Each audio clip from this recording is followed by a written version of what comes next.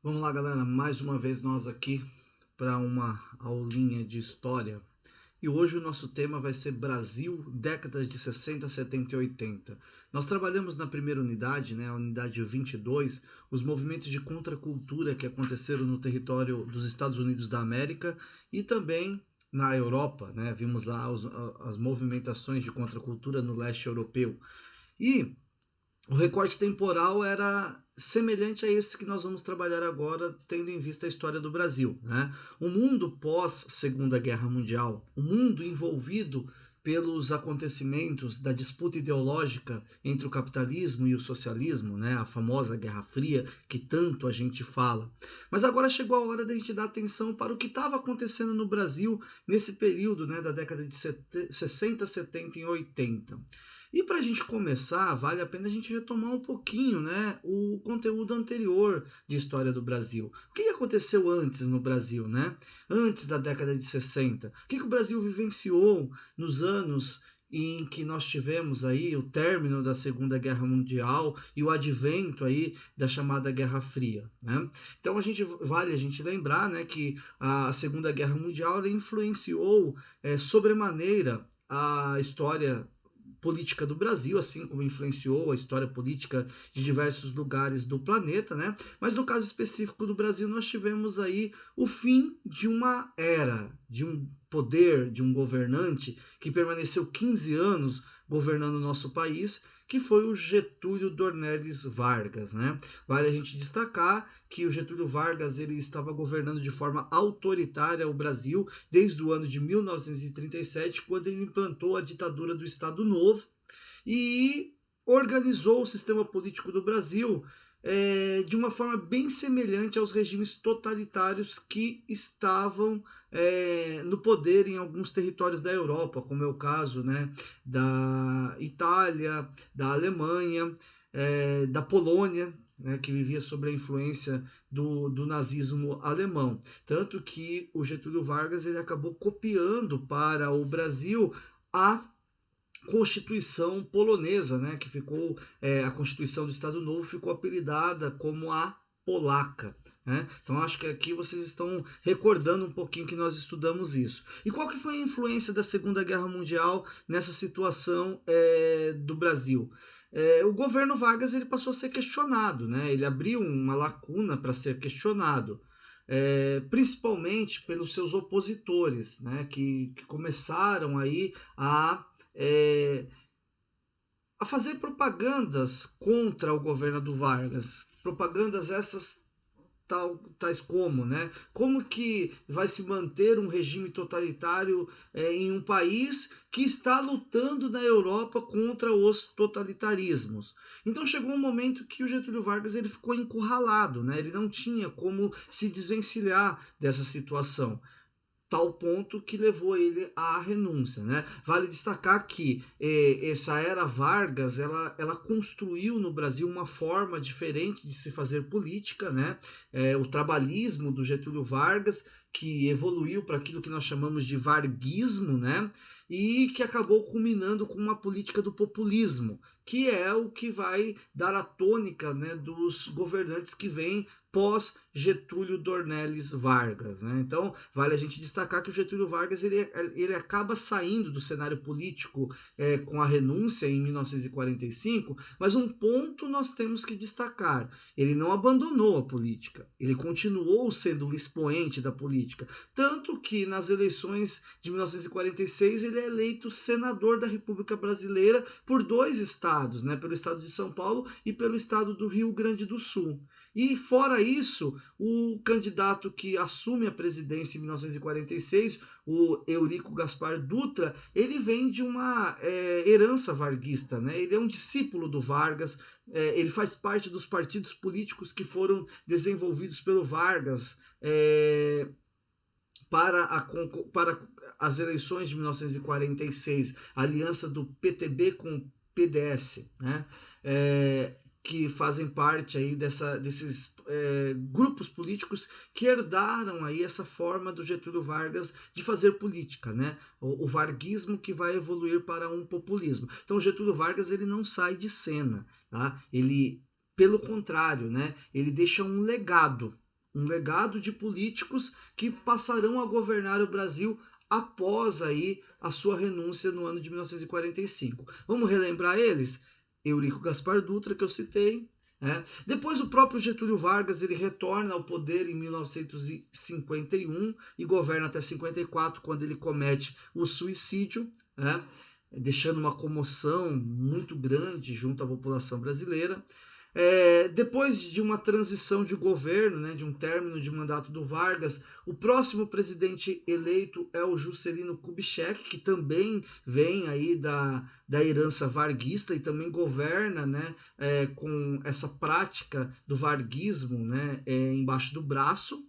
E por fim, ao término de Juscelino Kubitschek, nós temos a eleição do Jânio Quadros, que aí rompe um pouquinho com essa tendência aí da herança varguista, Ele não é um político que vem diretamente aí dos partidos políticos do Getúlio Vargas, porém a forma de se comportar, praticando aí a política populista, ela se fez presente, na eleição e também, em algumas atitudes tomadas pelo Jânio da Silva Quadros.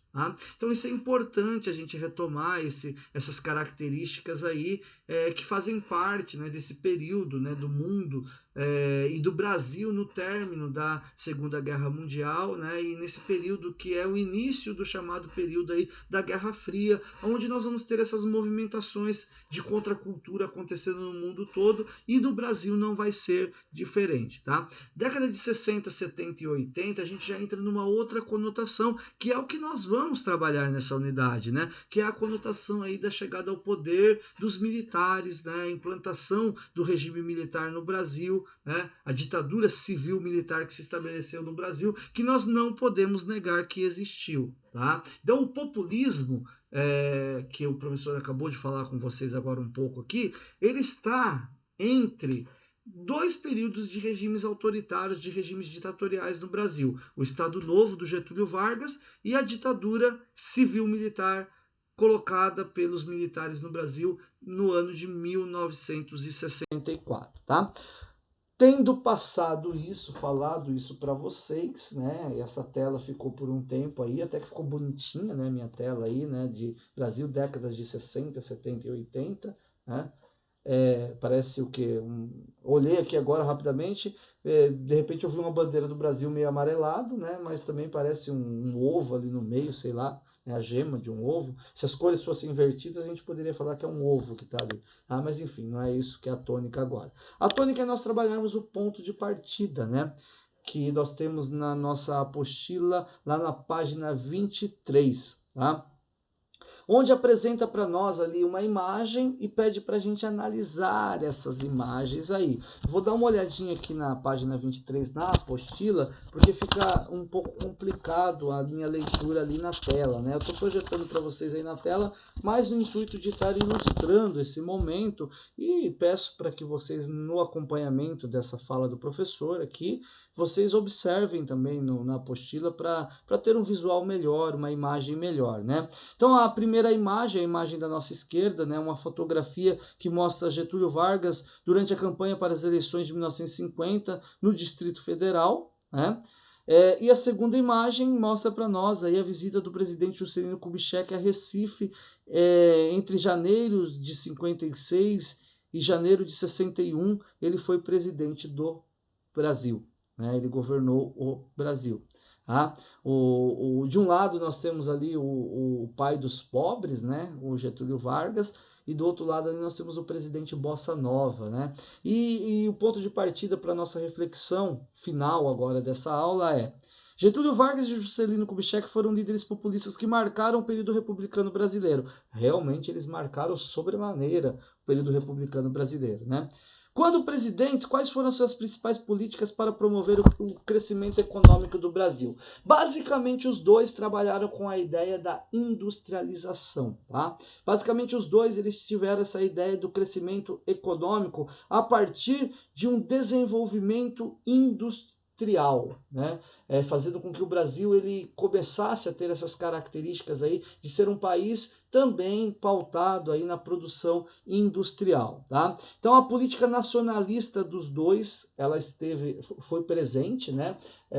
Uma ideia de um nacionalismo, de um desenvolvimento nacionalista, tá? Sendo que o nacionalismo do Getúlio Vargas ele era um pouco mais exacerbado do que o nacionalismo do Juscelino Kubitschek, tá? O Getúlio Vargas ele optou por um nacionalismo e o desenvolvimento de uma indústria de base com a ampla participação do capital nacional, né? Então esse nacionalismo do Vargas girava em torno de que a ideia dele é que o desenvolvimento industrial do Brasil deveria ocorrer com base em uma participação grande do capital nacional, né, do capital governamental, principalmente nas chamadas indústrias de base. Então vamos lembrar aqui, ó, ele fundou a Petrobras, ele fundou a Eletrobras, indústrias de base, né? Ele entendia que o setor de produção ligado à indústria de base teria que estar sob o controle do Estado. Tá?